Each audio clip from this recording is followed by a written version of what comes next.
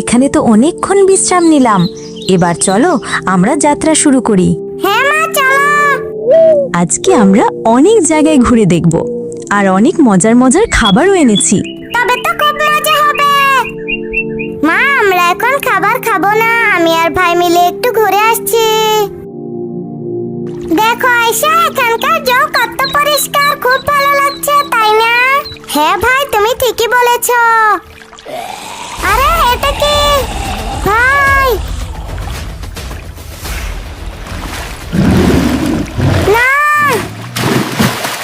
এখন আমি কি করব? তাড়াতাড়ি মাকে ডাকি। মা, তাড়াতাড়ি এসে দেখে যাও, ভাইকে কুমিরে নিয়ে গেছে।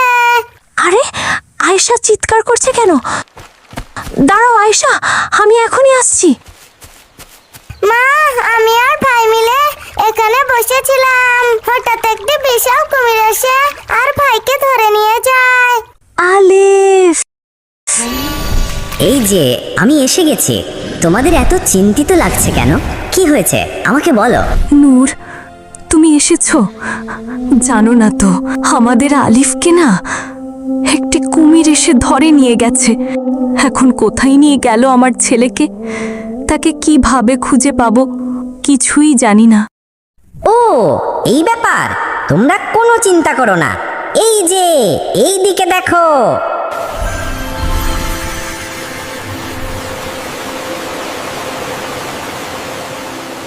এটা জাদুর নৌকা। এই নৌকায় তোমাদের আলিফের কাছে নিয়ে যাবে। শোনো, আমি এখন একটি কাচের জার হয়ে যাচ্ছি, তোমরা আমাকে সাথে করে নিয়ে যাবে। এই জাদুর নৌকা আমাদেরকে আমাদের গন্তব্যে নিয়ে চলো।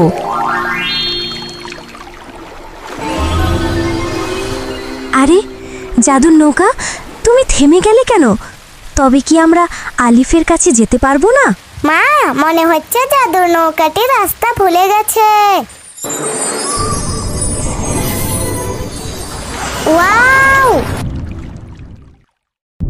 ওই যে দেখো মা, ভাইকে বেঁধে রেখেছে। মানুষের বাচ্চা, তোর এত বড় সাহস! এর জন্য তোকে কঠিন শাস্তি পেতে হবে। এই যে কুমির রাজা, আমার ছেলেকে এখানে কেন ধরে আনা হয়েছে? তার অপরাধ কি? আরে, তোমার ছেলে আমাদের একটি কুমির ছানাকে হত্যা করেছে, এখন তাকে এর শাস্তি পেতেই হবে।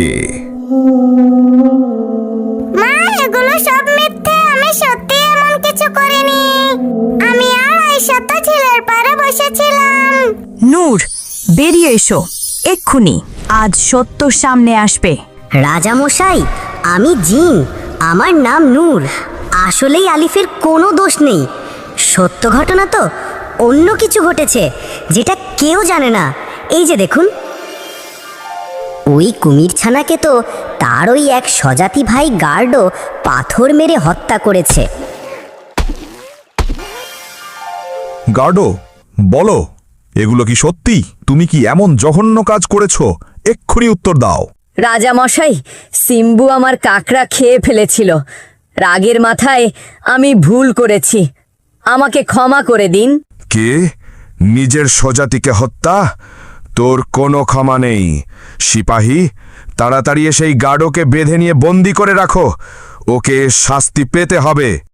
আর ওই নির্দোষ ছেলেটিকে এক্ষুনি মুক্ত করে দাও। কিন্তু মা, তোমরা এখানে আসলে কেমন করে? আমরা এখানে জাদু নৌকায় করে এসেছি, চলো আবার সেটাই চড়ে ফিরে যাব। এই জাদুর নৌকা আমাদেরকে আমাদের গন্তব্যে নিয়ে চলো। ওয়াও!